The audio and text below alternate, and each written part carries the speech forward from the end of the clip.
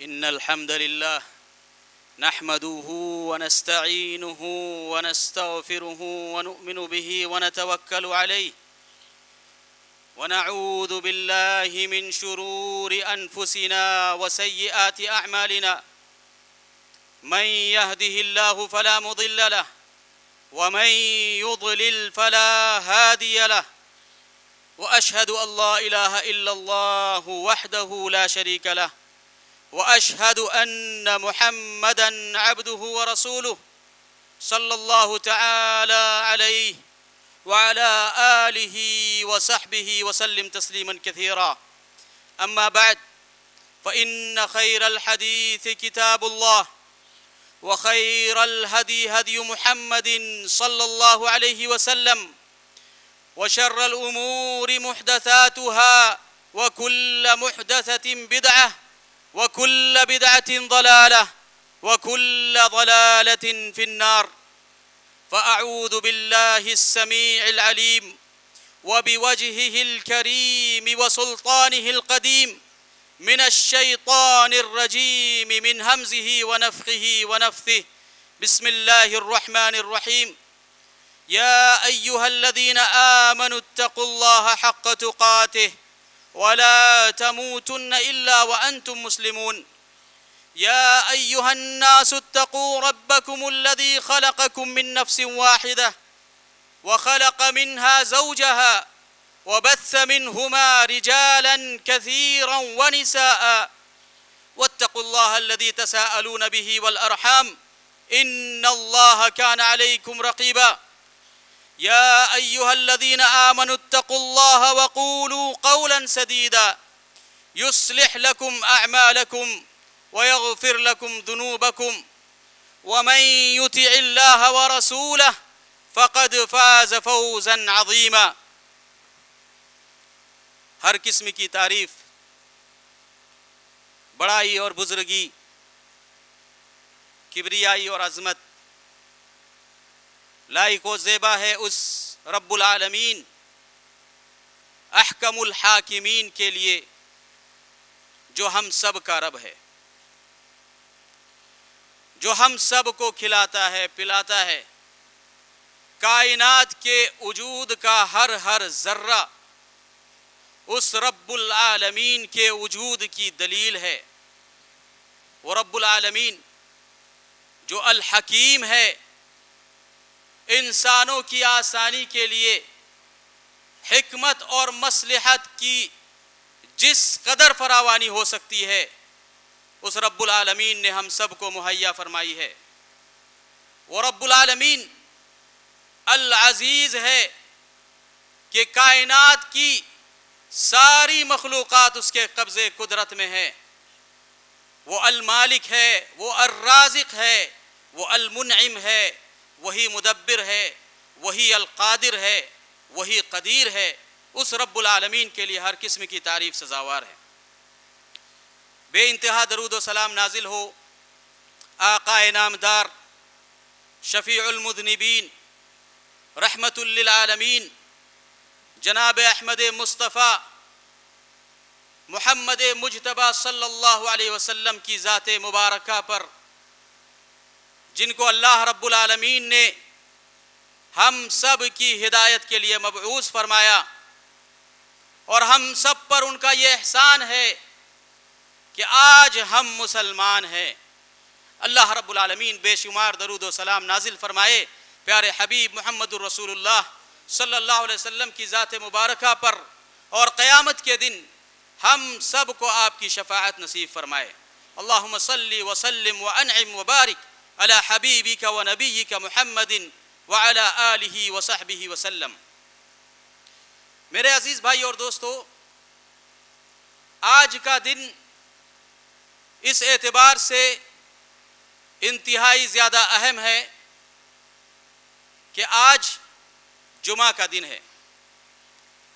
ہفتوں کے روٹین میں سب سے افضل ترین دن، اور آج کا دن عرفہ کا دن ہے. سال کے روٹین میں سب سے افضل ترین دن.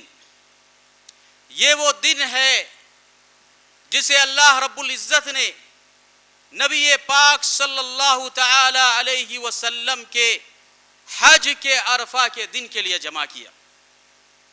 یہ وہ دن ہے جب قرآن کریم کی آیت نازل ہوئی کہ آج ہم نے اس دین کو عرفہ کے اس میدان میں تم پر مکمل کر دیا ہے.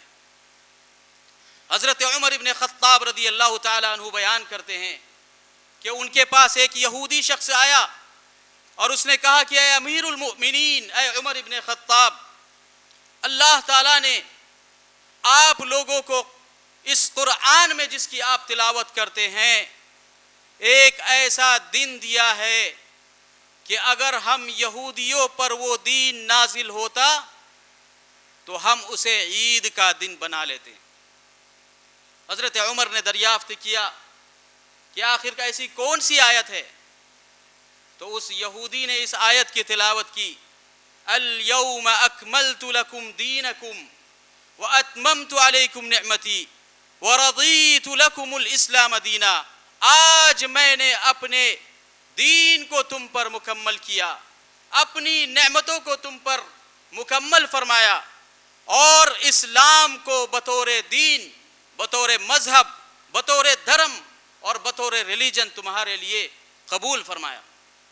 حضرت عمر ابن خطاب رضی اللہ تعالیٰ عنہ نے اس یہودی کو جواب دیا کہ اللہ کی قسم ہمیں وہ دن بھی یاد ہے، وہ وقت بھی یاد ہے اور وہ مکان بھی یاد ہے جہاں یہ آیت مبارکہ نازل ہوئی.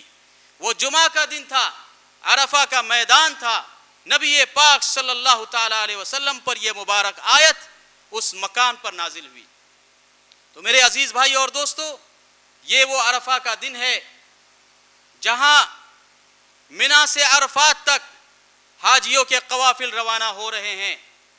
یہ وہ عرفہ کا مبارک دن ہے جس میں ہم سب نے اللہ رب العالمین کے سامنے کھڑے ہو کر اس بات کا عہد لیا ہے کہ ہم اس دنیا میں جائیں گے اور صرف تیری عبادت کریں گے، تیرے علاوہ کسی کو شریک نہیں کریں گے.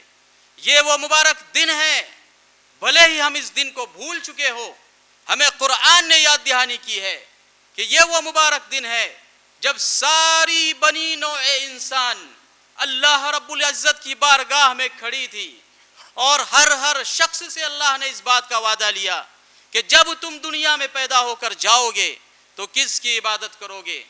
ہم سب نے اللہ کے سامنے اس بات کی گواہی دی ہے کہ اللہ جب دنیا میں ہماری پیدائش ہوگی تو ہم صرف تیری عبادت کریں گے اور تیرے علاوہ کسی اور کو شریک نہیں کریں گے. یہ وہ عرفہ کا مبارک دن ہے جس دن کے اندر پیارے حبیب صلی اللہ تعالی علیہ وسلم فرماتے ہیں ینزل ربنا کل لیلۃ الی سماء الدنیا، کہ تمہارا رب، ہمارا رب ہر رات میں، رات کے آخری پہر میں آسمان دنیا پر نزول فرماتے ہیں اور اپنے بندوں سے مخاطب ہو کر کہتے ہیں هل من مستغفر اغفر له، ہے کوئی معافی طلب کرنے والا جسے میں معاف کروں، ہے کوئی اپنی حاجت کو سامنے رکھنے والا جس کی حاجت کو میں پورا کروں. ہر رات میں اللہ رب العالمین آسمان دنیا پر نازل ہوتے ہیں سوائے یوم عرفہ کے، کہ عرفہ کے دن میں، دن کے اجالے میں اللہ رب العالمین آسمان دنیا پر نازل ہوتے ہیں اور لاکھوں نہیں کروڑوں لوگوں کو جہنم کی آگ سے آزاد فرماتے ہیں. تو میرے بھائی اور دوستو، یہ بہت عظیم دن ہے. اللہ کے نبی صلی اللہ علیہ وسلم نے فرمایا کہ مجھے اس بات کی قوی امید ہے کہ جو لوگ اس مبارک دن میں روزہ رکھیں گے تو مجھے قوی امید ہے کہ اللہ تعالیٰ ایک سال قبل کے اور ایک سال جو بعد میں آئے گا اس کے گناہ معاف کر دیں. اللہ رب العالمین ہم سب کے روزے کو قبول فرمائے. الہ العالمین حاجیوں کے یہ قوافل جو منی سے عرفہ کی طرف روانہ ہو چکے ہیں، اللہ تعالیٰ ان سب کی حفاظت فرمائے. اللہ رب العالمین ان کے حج کو حج مبرور بنائے اور انہیں صحیح اور سالم اپنے گھر تک، اپنی فیملی تک واپس لوٹائے. آمین یا رب العالمین. میرے عزیز بھائی اور دوستو، چند دنوں کے اندر ہم قربانی جیسی عظیم عبادت کو ادا کرنے جا رہے ہیں. قربانی یہ اسلام کا ایک بہت بڑا شعیرہ ہے، لہٰذا اس مبارک مناسبت سے میں سارے مسلمان بھائیوں سے یہ نویدن کرتا ہوں کہ جماعت المسلمین کی طرف سے جو احکام صادر کیے جائے، جماعت المسلمین کی طرف سے جو گائیڈ لائن دی جائے، خواہ وہ قربانی کے جانوروں سے متعلق ہو، جانوروں کی تعین سے متعلق ہو، ذبح کے احکام کے بارے میں ہو، یا عید الاضحیٰ کی نماز سے متعلق ہو، جماعت کی طرف سے جو گائیڈ لائن اور جو لائحہ حمل ہمیں دیا جاتا ہے، میں آپ سب سے گزارش کروں گا کہ اس کو مکمل طور پر فالو کریں، اور جس طریقے سے سابقہ ایام کے اندر ہم اپنے اتحاد، اتفاق اور بھائی چارگی کی ایک عظیم مثال دیتے آئے ہیں، آج بھی اس قربانی کے موقع پر بھی اور آئندہ آنے والے مواقع پر بھی جماعت کے ہاتھ کو مضبوطی سے تھامے رکھے۔ اللہ کے نبی صلی اللہ علیہ وسلم فرماتے ہیں کہ ید اللہ علی الجماعہ، اللہ رب العالمین کا ہاتھ، اللہ رب العالمین کی توفیق، اللہ رب العالمین کا ساتھ جماعت کے ساتھ ہوتا ہے۔ اللہ رب العالمین ہم سب کو اس کی توفیق نصیب فرمائے۔ میرے عزیز بھائی اور دوستو، عید الاضحیٰ کی اس مناسبت سے اللہ رب العالمین نے امت مسلمہ کے لیے اس بات کو پسند فرمایا ہے کہ قربانی کے شعیرے کو زندہ کیا جائے، قربانی کی یاد کو زندہ کیا جائے، اللہ رب العالمین کے ذکر کو بلند کیا جائے۔ اللہ کے نبی صلی اللہ تعالی علیہ وسلم نے فرمایا کہ وہ شخص جو قربانی کی استطاعت رکھتا ہو، وہ شخص جو قربانی کرنے کی طاقت رکھتا ہو، اس کے باوجود بھی وہ قربانی نہ کرے، تو ایسے شخص سے گزارش ہے کہ فلا یقربن مصلانا، وہ ہمارے مصلی سے قریب نہ آئے، ہمارے عیدگاہ سے قریب نہ آئے، ہماری مسجدوں سے قریب نہ آئے۔ لہٰذا میرے بھائیوں، قربانی یہ عبادت ہے، قربانی یہ اللہ کا حکم ہے، قربانی یہ نبی پاک صلی اللہ تعالی علیہ وسلم کی تاکید ہے۔ وَلِكُلِّ أُمَّةٍ جَعَلْنَا مَنْسَكًا، اللہ رب العالمین فرماتے ہیں کہ ہر امت کو، ہر مذہب کو، ہر قوم کو ہم نے قربانی کے طریقے سکھلائے تھے کہ قربانی کیسے کی جاتی ہے۔ یہ الگ بات ہے کہ ہر قوم نے اپنے طریقوں کو جھٹلا دیا، ہر قوم نے اس کو پسے پشت ڈال دیا سوائے اہل اسلام کے۔ اللہ رب العالمین نے فرمایا وَلِكُلِّ أُمَّةٍ جَعَلْنَا مَنْسَكًا، ہم نے ہر امت کے اندر قربانی کے الگ الگ طریقے متعین کیے تھے۔ یہ تعین اللہ رب العالمین کی طرف سے تھی، مگر اس تعین پر آج عمل صرف اہل اسلام کرتے ہیں۔ یہ اسلام کی بہت بڑی خوبی ہے کہ دنیا بدل جائے، قانون بدل جائے، ملک بدل جائے، معیشت بدل جائے، اسلام کے ثوابت اپنی جگہوں پر قائم ہوتے ہیں۔ اللہ رب العالمین کے وہ احکام جو اللہ نے انسانیت کے لیے نازل فرمائے ہیں، وہ ہر دور میں اس بات کی گواہی دیتے ہیں کہ اسلام سے بہتر کوئی دین نہیں ہو سکتا، اسلام سے بہتر امن و شانتی کا پیغام نہیں ہو سکتا، اسلام سے بہتر انسانیت کی فلاح و بہبودی کا پیغام نہیں ہو سکتا۔ اس لیے میرے بھائی اور دوستو، جہاں اسلام کے بہت سارے شاعر یہ انسانیت کی دعوت دیتے ہیں، قربانی بھی ایک بہت بڑا شعیرہ ہے۔ قربانی اخوت اور بھائی چارگی کی تعلیم دیتا ہے، قربانی بین الاقوامی اتحاد کی تعلیم دیتا ہے، قربانی ہمارے ملک کی معیشت کو درست کرنے، غریبوں کی حالات کو استوار کرنے کی تعلیم دیتا ہے۔ بعض لوگ یہ اعتراض کرتے ہیں کہ قربانی یہ فضول خرچی ہے، بعض لوگوں کا کہنا ہے کہ قربانی یہ فضول خرچی ہے۔ میرے عزیز بھائیو اور دوستو، سوشل میڈیا پر ایسے لوگ، ایسے مسلمان اپنے موبائل کے ذریعے، اپنے آئی فون کے ذریعے یہ کمنٹس کرتے ہیں کہ قربانی کے بجائے مسلمانوں کو چاہیے کہ ہاسپٹلز بنائے، مسلمانوں میں تعلیم کا ریشو بہت زیادہ گرا ہوا ہے، لہٰذا مسلمانوں کو چاہیے کہ تعلیم کی طرف توجہ دیں۔ میں ایسے لوگوں سے گزارش کرتا ہوں، ایسے مفلس اور ڈرپوک اور بزدل انسان سے میں یہ گزارش کرتا ہوں کہ اسلام کے کن کن احکام پر آپ نے غور کیا ہے؟ میرے عزیز بھائی، میرے عزیز دوست، اسلام نے زکوٰۃ کی صورت میں ہمیں ایسا پختہ اور محکم ہمیں نظام دیا ہے کہ اگر حقیقت میں ہم نے اس کے اصولوں کو سمجھا تو صرف مسلمانوں میں نہیں بلکہ ساری انسانیت کے فلاح و بہبودی کے کام کیے جا سکتے ہیں۔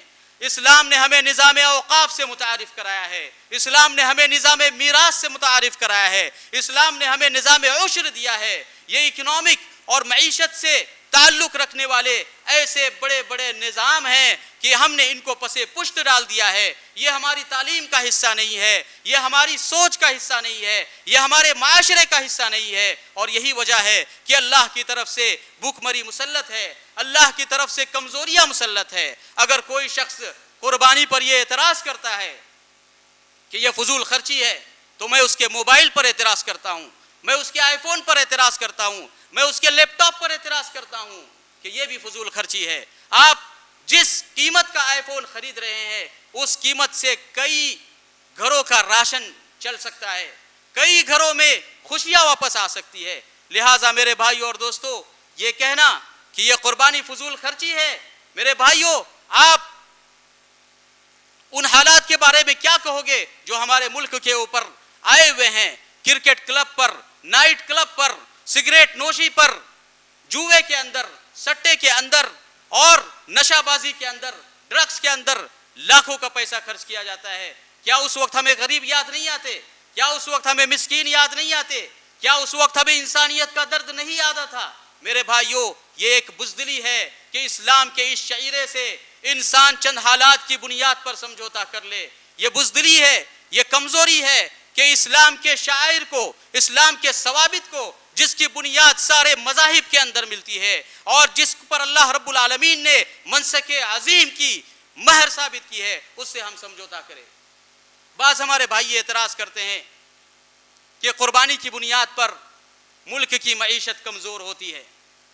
میں ایسے بھائیوں سے عرض کروں گا کہ میرے عزیز بھائی, جو لوگ ملک کی معیشت پر, ملک کی اکنامکس پر نظر رکھتے ہیں, وہ اچھی طریقے سے اس بات کو جانتے ہیں کہ قربانی کرنا یا عام دنوں میں جانوروں کو ذبح کرنا یہ اتنا عظیم عمل ہے کہ اس سے ملک کی معیشت کمزور نہیں ہوتی, بلکہ ملک کی معیشت اور ہمارے سول مسائل سے متعلق بہت سارے ایسے ڈپارٹمنٹ ہیں جن میں ترقی ہوتی ہے. کتنی ایسی انڈسٹریز ہیں جو لیدر کی ہیں, کتنی ایسی انڈسٹریز ہیں جن کا تعلق کاسمیٹک کمپنیوں سے ہیں, کتنے ایسے لاجسٹک اور ٹرانسپورٹیشن سے متعلق ادارے ہیں, کتنے ایسے افراد ہیں جو لاکھوں کی تعداد میں ہیں اور جن کی معیشت صرف اور صرف قربانی پر چلتی ہے. کروڑوں کی تعداد میں ٹرن اوور ہے جو ہماری گورنمنٹ کو حاصل ہوتا ہے. لہٰذا یہ کہنا کہ قربانی یہ معیشت پر اثر انداز ہوتی ہے, یہ وہی شخص کہہ سکتا ہے جس نے معیشت کی اسٹڈی نہیں کی ہے, یہ وہی شخص کہہ سکتا ہے جسے ملک کی اکنامی کا علم نہیں ہے. اگر اسے علم ہے اور علم کے باوجود یہ وہ بات کہتا ہے تو یقین مانیے کہ یہ ہٹ درمی ہے, یہ بغاوت ہے, یہ اسلام سے نفرت کا نتیجہ ہے. ورنہ مجھے بتائیے کہ کون سا مذہب ہے جس کے اندر قربانی نہیں ہے؟ قرآن کریم نے ایک لفظ کے اندر کہا وَلِكُلِّ أُمَّةٍ جَعَلْنَا مَنْسَكًا, ہم نے ہر امت کے اندر منسک کو رکھا تھا, قربانی کے طریقے مقرر کیے تھے. آپ ہندو دھرم کو لے لیجئے, کیا ہندو دھرم میں قربانی کی دلیلیں نہیں ملتی؟ وید, اپنشد, مہابھارت اور رامائن کے اندر 200 سے زیادہ جانوروں کا تذکرہ ہے جو قربانی کے طور پر ذبح کیے جاتے تھے. بلکہ وید نے, رامائن نے, اپنشد نے یہاں تک ذکر کیا کہ دیوتاؤں کے نام سے الگ الگ دیوتاؤں کو الگ الگ قسم کی گائیں پسند تھی, الگ الگ قسم کی ہرنیں پسند تھی, الگ الگ قسم کے کچھوے پسند تھے. رام کے تعلق سے وارد ہے کہ انہیں ہرن کا گوشت پسند تھا, وشنو کے تعلق سے وارد ہے کہ انہیں ناٹے بیل کی قربانی پسند تھی, اور اسی قسم کی باتیں مختلف قسم کی دیوتاؤں سے ثابت ہے. لہٰذا میرے بھائی اور دوستو, یہاں معاملہ مذہب کی آستھاؤں کا نہیں ہے, یہاں معاملہ سیکولرزم کی حفاظت کا ہے. اگر اس بات پر اعتراض کیا جائے کہ قربانی یہ مسلمانوں کا شعیرہ ہے تو میرے خیال سے یہ انتہائی بھوٹا اور کمزور استدلال ہے کہ کوئی آدمی اپنے مذہب کی آستھاؤں سے بھاگے, کوئی آدمی اپنے مذہب کی بنیادوں کی مخالفت کرے, کوئی آدمی اپنے مذہب کو صرف اسلام دشمنی کی بنیاد پر پسے پشت ڈالے. میرے عزیز بھائی اور دوستو, جس دلیل کی بنیاد پر قربانی سے روکا جا سکتا ہے اسی دلیل کی بنیاد پر آپ سبزی بھی نہیں کھا سکتے. جس دلیل کی بنیاد پر مسلمانوں کو منع کیا جاتا ہے اس دلیل کی بنیاد پر اس دھرتی پر آپ جینے کا ہنر بھی نہیں رکھ سکتے. اس لیے میرے عزیز بھائی اور دوستو, بات اس بات کی نہیں ہے کہ ہم کمزور ہیں یا اسلام کمزور ہے یا اسلام کے علماء ان سارے مسائل کو جانتے نہیں جو مذہب کا حصہ ہے. بات ملک میں امن اور شانتی کی ہے، بات ملک میں اچھے قوانین کو برقرار رکھنے کی ہے. اللہ کی قسم اگر قانون کی بنیاد پر یہ بات کی جائے تو مسلمان ایک ملک کا اس قدر وفادار ہے کہ اگر اسے مرغی کے گوشت کھانے سے بھی منع کیا جائے قانونی طور پر تو ملک کی سلامتی کے لیے، امن کی خاطر، شانتی کی خاطر مرغی کے گوشت سے رکنے کے لیے بھی تیار ہے. لیکن دھرم کی بنیاد پر کسی چیز کی مخالفت کرنا اور بغاوت کرنا اپنے ان دلائل سے جو اپنی اپنی مذہبی کتابوں میں وارد ہے، یہ انسانیت کا شیوا نہیں ہے. میرے عزیز بھائی اور دوستو، 3000 کروڑ میں میڈیا کو قابو میں کیا جا سکتا ہے، 3000 کروڑ میں میڈیا کو قابو میں کیا جا سکتا ہے، لیکن وید اور رامائن اور مہابھارت کے شلوک کو نہیں خریدا جا سکتا. انسان کے دھرم سے متعلق جذبات کو نہیں بیچا جا سکتا. اس لیے ہمیں ملک میں امن اور شانتی کے قانون پر عمل کرنے کی ضرورت ہے. جو بھی گائیڈ لائن مسلم حکمرانوں کی طرف سے، مسلم سیاستدانوں کی طرف سے، مسلم جماعتوں کی طرف سے اور چھوٹی چھوٹی مسلم آرگنائزیشن کی طرف سے ملک کی سلامتی کے لیے دیا جاتا ہے، یہ ہماری ذمہ داری ہے کہ ہم نے اسلام سے تنازل نہیں کیا، لیکن دیش کی سلامتی کے لیے، ملک کی سلامتی کے لیے اور آپس میں امن اور شانتی کو باقی رکھنے کے لیے ضروری ہے کہ ہم ان احکام کی پابندی کریں، ان گائیڈ لائن کی پابندی کریں جو ہمارے لیے صادر کی جاتی ہے. اللہ رب العالمین مجھے اور آپ کو نیک توفیق نصیب فرمائے. اللہ رب العالمین ہم سب کی قربانیوں کو قبول فرمائے. الہ العالمین ہم سب کو دین اسلام پر قائم رکھے. الہ العالمین ہم سب کا خاتمہ ہو تو ایمان پر ہو. ھذا ما عندی وصلی اللہ علی نبینا محمد وعلی آلہ وصحبہ وسلم تسلیما کثیرا.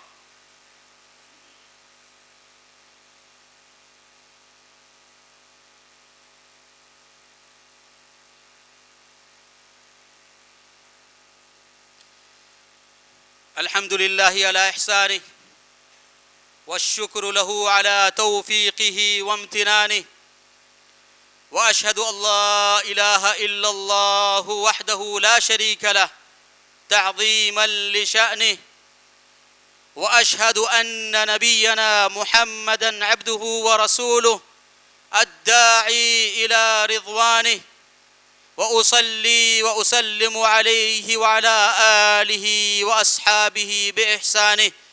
أما بعد، أيها الإخوة والكرام، تمسكوا بسنة نبيكم وكتاب ربكم تفلحوا في دنياكم وأخراكم، والزموا جماعة المسلمين فإن يد الله مع الجماعة.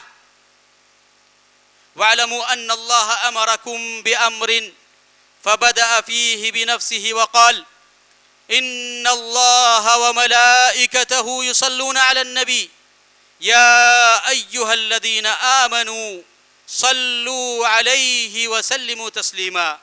اللهم صل على محمد وعلى آل محمد كما صليت على إبراهيم وعلى آل إبراهيم إنك حميد مجيد. وبارك اللهم على محمد وعلى آل محمد كما باركت على إبراهيم وعلى آل إبراهيم إنك حميد مجيد. اللهم وارض عن الخلفاء الراشدين المهديين الأئمة المهديين الراشدين أبا بكر وعمر وعثمان وعلي وعن جميع الصحابة أجمعين برحمتك يا أرحم الراحمين. اللهم أعز الإسلام والمسلمين وأذل الشرك والمشركين ودمر أعداء الدين.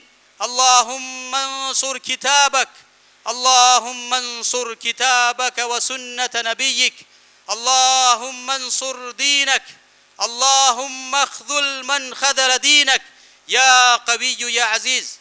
اللهم نفس كرب المكروبين واقض الدين عن المدينين واشف مرضانا ومرضى المسلمين برحمتك يا أرحم الراحمين.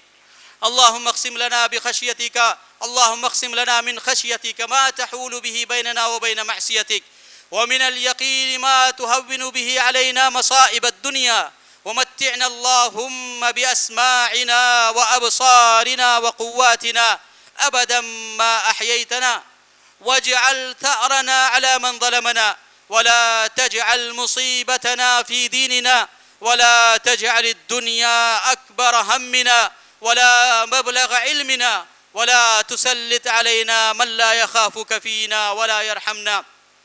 ربنا هب لنا من أزواجنا وذرياتنا قرة أعين واجعلنا للمتقين إماما. ربنا لا تزغ قلوبنا بعد إذ هديتنا وهب لنا من لدنك رحمة إنك أنت الوهاب. ربنا ظلمنا أنفسنا وإن لم تغفر لنا وترحمنا لنكونن من الخاسرين. ربنا آتنا في الدنيا حسنة وفي الآخرة حسنة وقنا عذاب النار. عباد الله، رحمني ورحمكم الله، إن الله يأمر بالعدل والإحسان وإيتاء ذي القربى وينهى عن الفحشاء والمنكر والبغي يعظكم لعلكم تذكرون. اذكروا الله يذكركم ولذكر الله أولى وأجل وأتم وأكبر، والله يعلم ما تصنعون.